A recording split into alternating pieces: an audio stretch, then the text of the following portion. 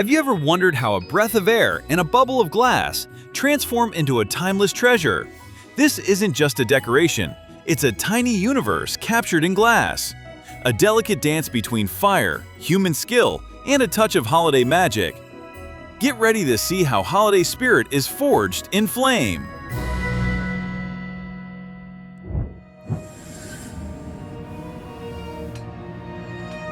Glass Christmas ornaments began in Germany in the mid-1800s, when a glassblower in the town of Lauscha shaped thin glass into small decorative balls.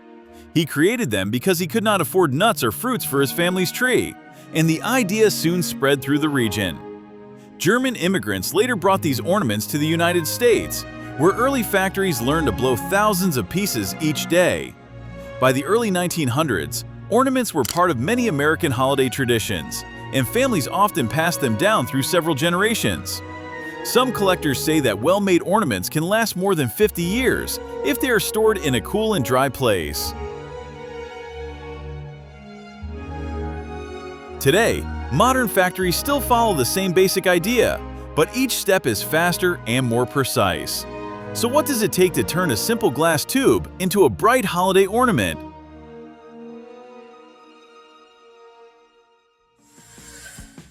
The process begins with a long glass tube, heated to nearly 1,600 degrees Fahrenheit. A worker rotates the tube over a steady flame until the surface softens and starts to glow. He blows gently into one end to form a small bubble that stretches with each turn. The hot bubble is placed inside a metal mold that closes around it. He blows harder to push the glass into every curve of the design. The glass cools slowly under a weaker flame to prevent cracks from forming.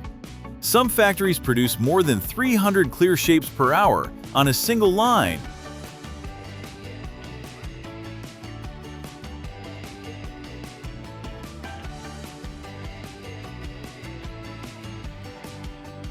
So what gives each clear shape its shiny mirror finish?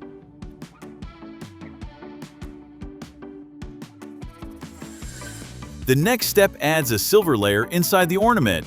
A worker pours a silvering solution through the narrow opening at the top. The ornament is placed in warm water to activate the chemical reaction. She shakes the piece by hand to spread the liquid across the entire inner surface. The clear glass slowly turns into a bright mirror that reflects the light in the room. Excess silvering solution drains back into a tank for recycling. This step is important because the inner silver layer creates most of the sparkle people see on a Christmas tree.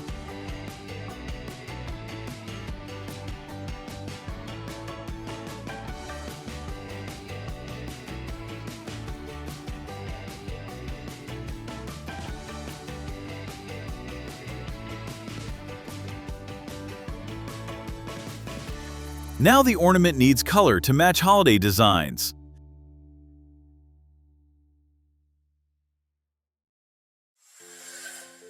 The ornament is dipped into a lacquer bath that adds a smooth-colored coat. Workers lift each piece slowly to prevent streaks and uneven marks. Artists spray or brush extra details on figures, such as snowmen or Santa shapes. Fine glitter is added while the lacquer is still wet, so the particles stick to the surface.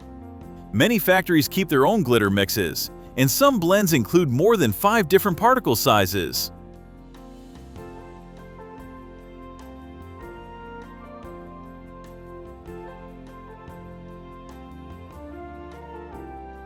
Which design do you think takes longer to paint? A simple ball or a detailed snowman?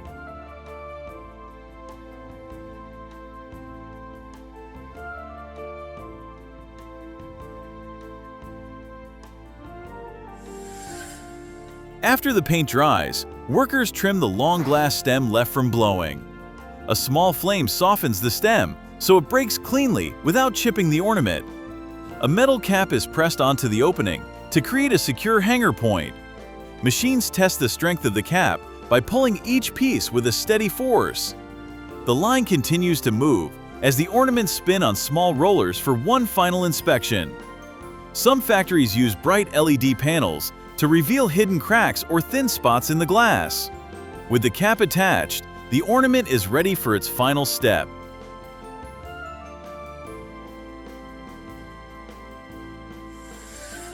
Each ornament is placed into a molded tray that holds it firmly in place.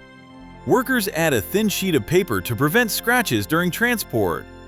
Boxes move along a belt where cameras check labels and barcodes. Pallets are wrapped and prepared for long shipping routes that can include cold warehouses or warm delivery trucks. A single pallet may hold more than 2,000 finished ornaments. Some companies even test drop heights to confirm that the packaging can survive a busy holiday season. So how do factories scale this delicate process to produce millions of ornaments each year?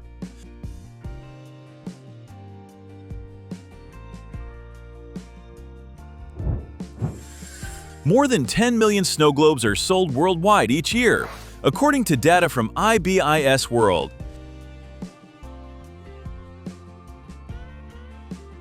That number is impressive for an object that fits in the palm of your hand. A snow globe looks simple, yet each one holds a sealed world made of plastic figures, clear acrylic, and a slow-falling liquid mix. Many Americans remember shaking one as kids and watching the snow drift down in a quiet loop.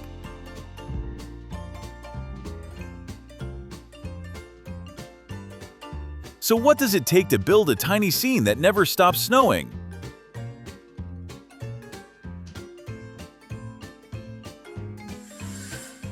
Snow globes first appeared in Vienna in the late 1800s, when a toolmaker tried to improve a small medical lamp.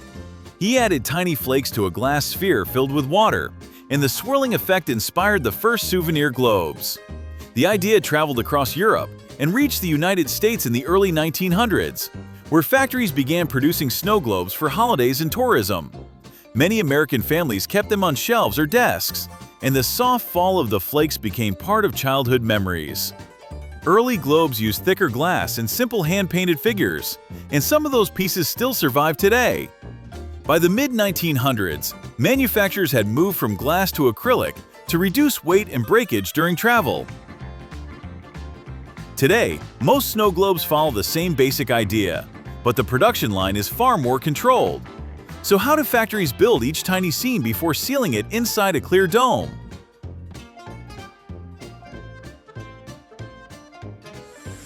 The process begins with a small sketch that defines the entire scene. Designers shape the model in clay or build it with 3D software before printing a prototype. Workers use resin to cast the final figure inside a metal mold.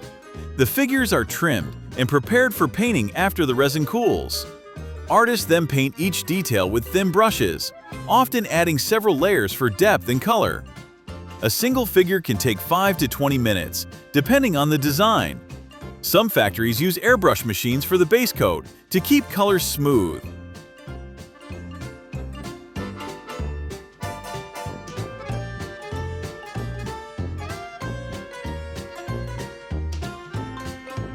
So how do they create the clear dome that protects these tiny figures?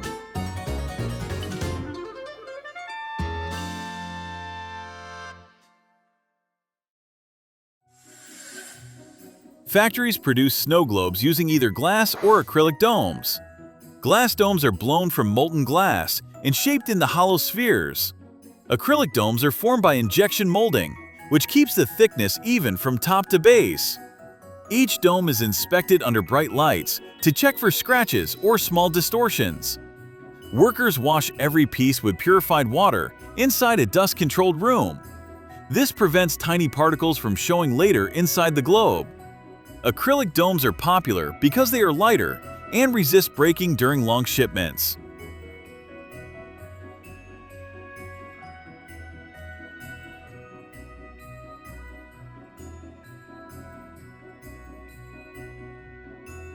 With the dome ready, the next step is attaching the scene inside the base.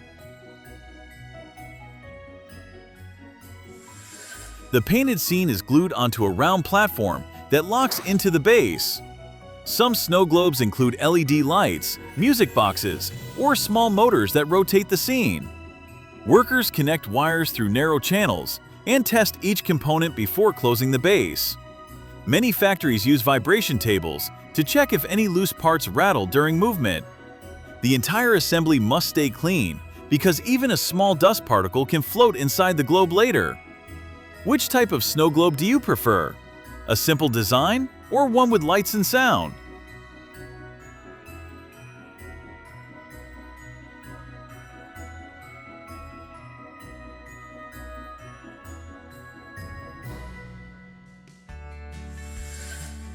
Workers fill the dome with a mixture of distilled water, glycerin, and glycol.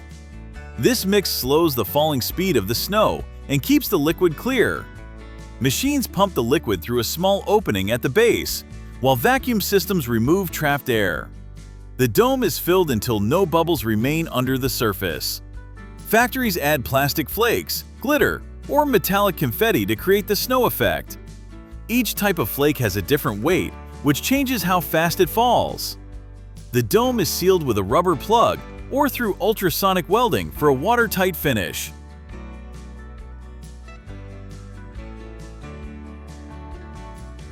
Now the globe needs its outer shell to protect it for years.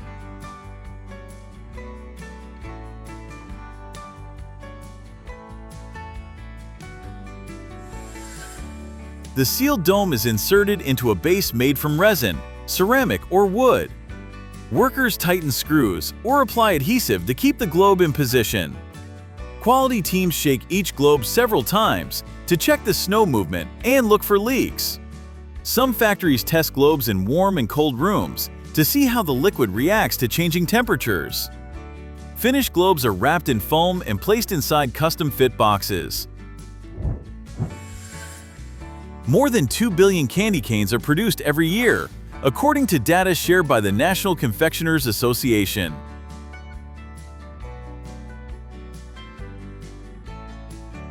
That is enough peppermint sticks for almost 1 cane for every 4 people on the planet. The scale is even more surprising when you learn that each cane starts as a 300-degree Fahrenheit batch of molten sugar that workers must stretch, color, and twist before it cools.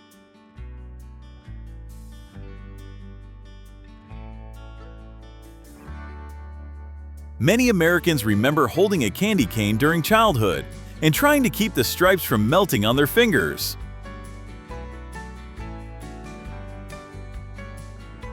Early versions were even made without the red swirl, which was added decades later to make the shape easier to see. So how do factories today shape thousands of perfect J-shaped canes each hour?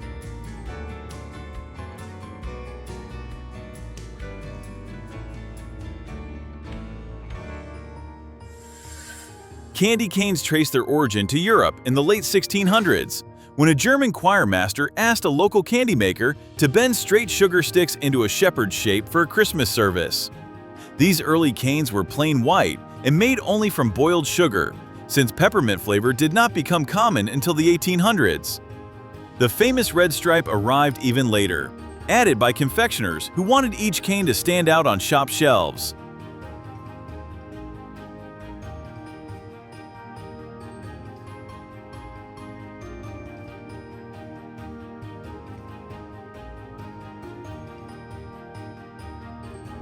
By the early 1900s, candy canes reached the United States and became a seasonal treat in many homes.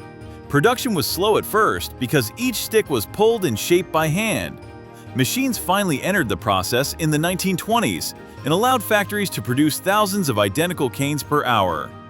Many Americans remember unwrapping one from a box of 12 during winter and trying not to break it too soon.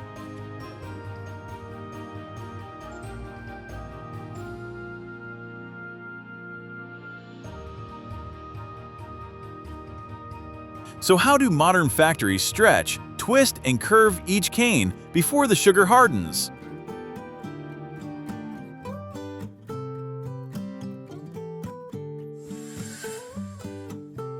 The process begins with heating the sugar mix. Workers load large kettles with sugar, corn syrup, and water, then raise the temperature to about 300 degrees Fahrenheit. The mixture boils in a steady rhythm, and steam fills the room as the liquid thickens. Sensors track the temperature, so the batch reaches the right firmness before cooling. When the syrup reaches the target point, operators pour it onto a steel cooling table. The surface is chilled, so the hot sugar forms a glossy sheet almost instantly. The heat creates a sweet smell that many workers say reminds them of winter markets. Food-grade peppermint oil is added while the candy is still soft, and the mix is folded again and again to spread the flavor.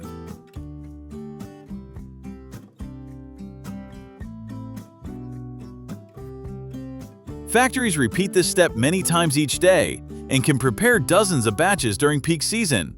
Some lines produce up to 1,000 pounds of candy mix per shift, depending on the size of each kettle.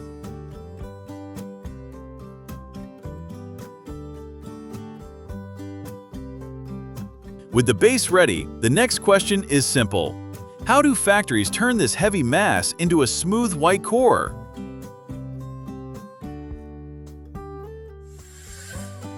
The next step introduces air into the candy. Workers move the warm sheet to a pulling machine, which stretches the candy again and again. The machine uses rotating arms that hook and fold the mass at a steady pace. This motion traps small air bubbles inside the candy and changes the color from golden to bright white.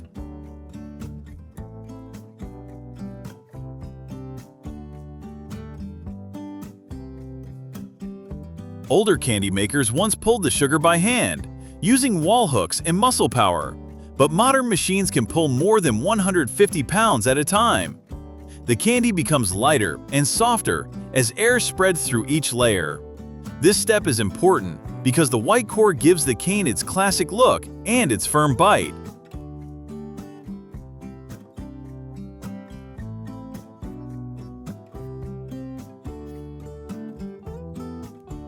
Operators check the texture by pressing the candy with heat-resistant gloves. The material must stay flexible enough for shaping, but strong enough to hold its form later. Factories monitor timing carefully because cooling too early can cause cracks.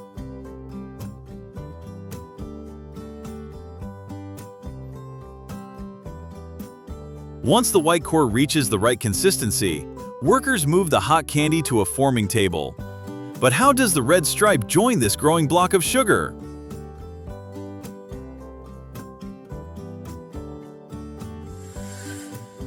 This step adds the famous stripe that most Americans recognize from childhood.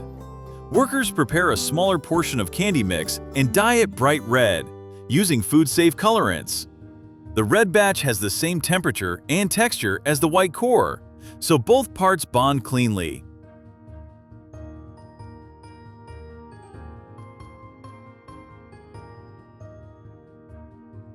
Operators flatten the red candy into long ribbons. They then wrap these ribbons around the large white block. Each ribbon will later twist into a sharp, even line once the candy is stretched. Some factories use automated rollers to position the stripes, while smaller shops rely on skilled workers to place each band by hand.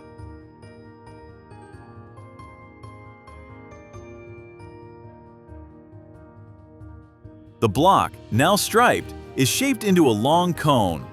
Conveyor belts keep it turning slowly so the stripes stay even.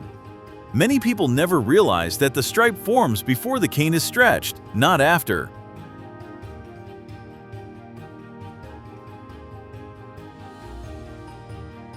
At this point, the batch is ready to move toward the stretching line. And here's a question for viewers. Do you know how long a single block becomes once it is fully stretched?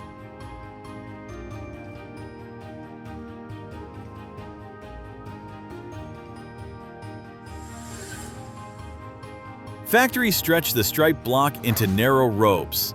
Machines called batch rollers rotate the candy while guiding it through tapered rings.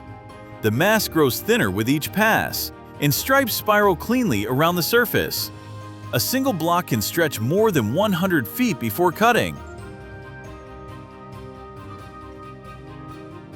The long rope moves onto a moving belt, where rotating blades slice it into short pieces.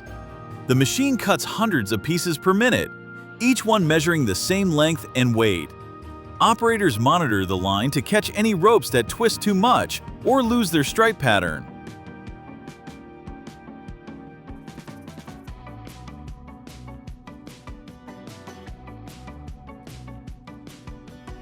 The cut pieces then move into a heated chamber called the cooker. The chamber warms each piece just enough to soften one end. A metal form bends this softened end into the classic J shape. This is done quickly so the candy keeps its shine and smooth surface.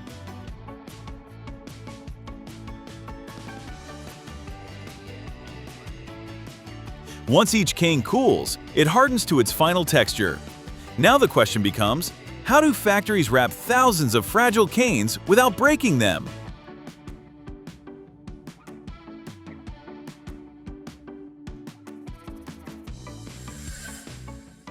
The final step protects each cane for shipping. Workers move the finished pieces onto long cooling belts. Fans blow chilled air to bring the temperature down slowly, which helps prevent cracks. Operators inspect the surface for bubbles or bends while the canes travel along the belt.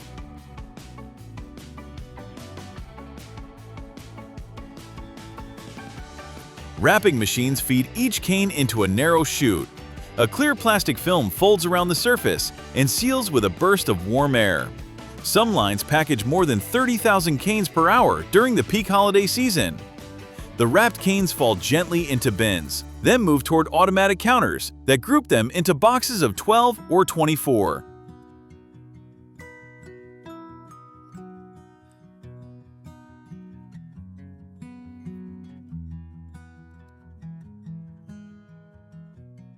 Cardboard cases protect the smaller boxes for transport.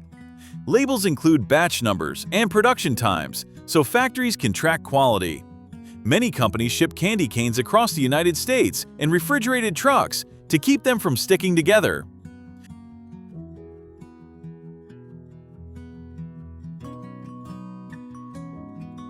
With the final box sealed, the journey of a simple sugar batch is complete. The only question left is how many of these striped treats will end up on trees and dessert tables this year?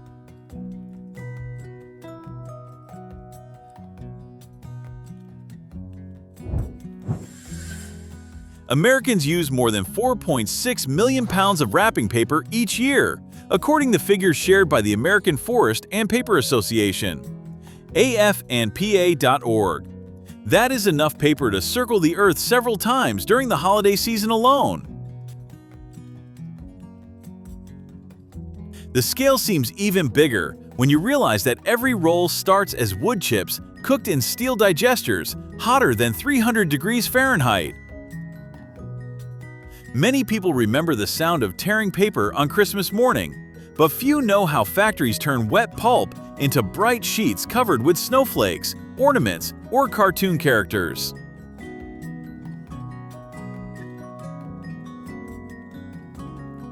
Some brands even print more than 8 colors in a single pass.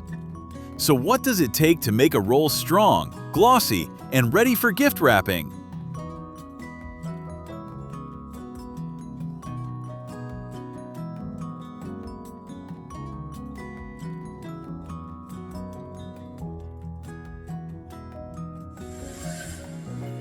Wrapping paper has roots in ancient gift traditions, but the modern version began in the early 1900s. In 1917, 2 brothers in Kansas City ran out of plain tissue paper during Christmas week and replaced it with decorative French envelope lining from their shop.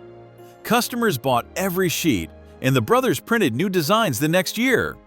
Their company eventually became Hallmark, which helped turn wrapping paper into a holiday staple across the United States.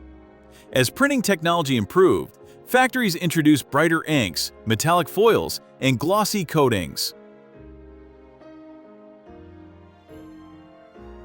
By the 1950s, American families often kept a dedicated box of saved paper and ribbons, and some people still remember flattening old sheets to reuse them. Designs also changed with the times. Early patterns used simple florals, while later styles featured cartoon characters, movie themes, and bold geometric prints. Today, many brands offer recycled or lightly coated paper to reduce waste during the holiday season.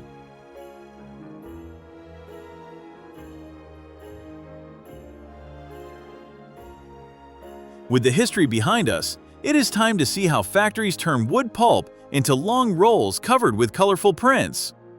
So how does the process begin inside a modern paper mill?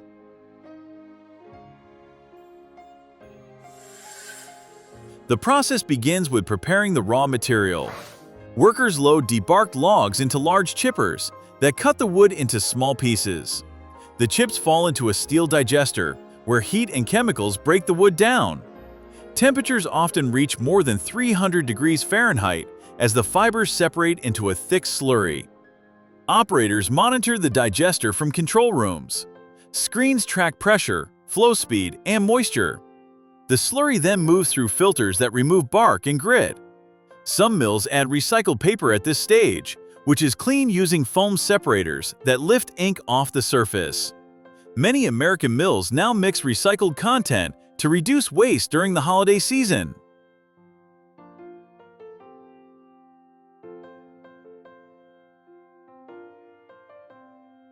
Pumps push the clean slurry to storage tanks. The mixture is still nearly 99% water at this point and feels like wet oatmeal.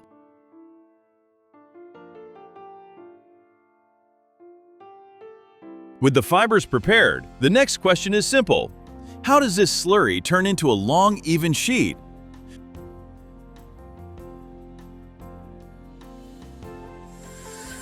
The next step spreads the diluted pulp into a wide mat.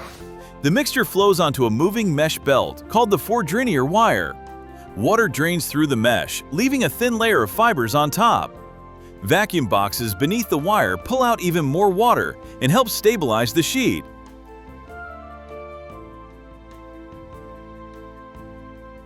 As the sheet moves forward, heavy press rollers squeeze it between polished cylinders. The pressure removes moisture and locks the fibers together.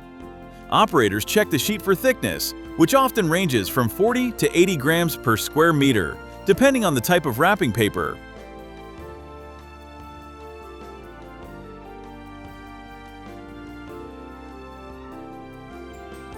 The semi-dry sheet then enters a long drying section.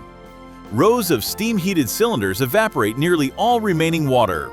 At full speed, a paper machine can produce hundreds of feet of paper every minute. The sound is constant and steady, like a giant drum beating in rhythm.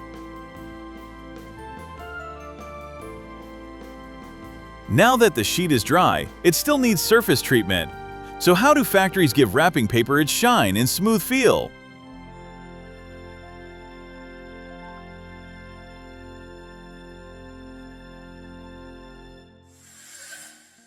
The next step transforms the plain sheet into decorative wrapping paper. The roll unwinds through a printing press that uses rotogravure or flexographic cylinders. Each cylinder carries a different color, and the paper passes under them in perfect alignment. Inks transfer onto the sheet as the cylinders rotate at high speed. Many presses can apply up to 8 colors in one continuous run. Warm air tunnels dry the ink instantly, so the pattern does not smear. Operators inspect registration marks to make sure each color sits in the correct position.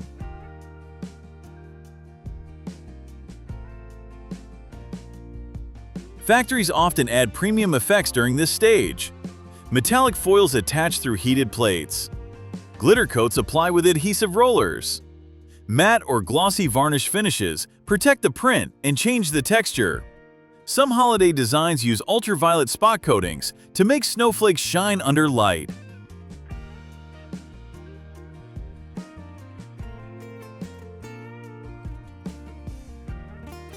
Once printing is complete, the sheet rewinds into giant master rolls.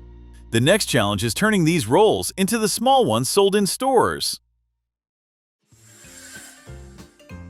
The final step shapes the printed sheet into consumer rolls. Workers load the master roll onto a slitter rewinder.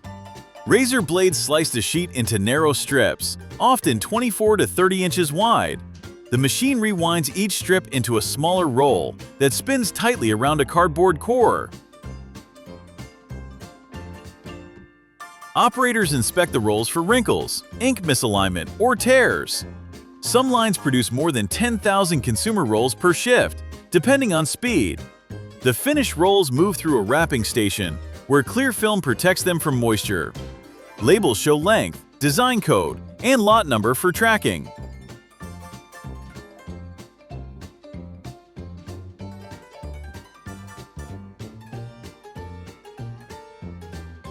Boxes carry multiple rolls to distribution centers across the country. Many brands ship early in the fall, so stores can stock up before the holiday rush. The entire process ends with a roll that looks simple, but requires dozens of steps to make.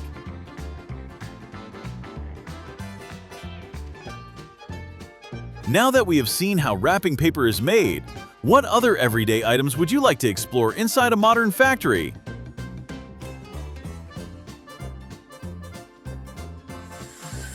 Today we followed 4 familiar items from their earliest stages to the final products we use every holiday season. We watch glass ornaments take shape inside hot molds.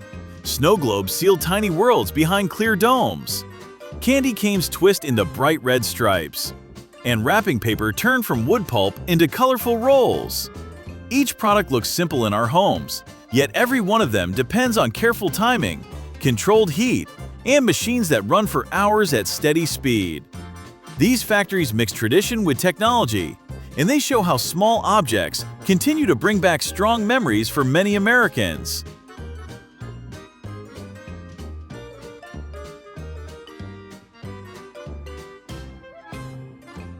If you enjoy seeing how everyday items are made, Captain Discovery will take you inside many more production lines.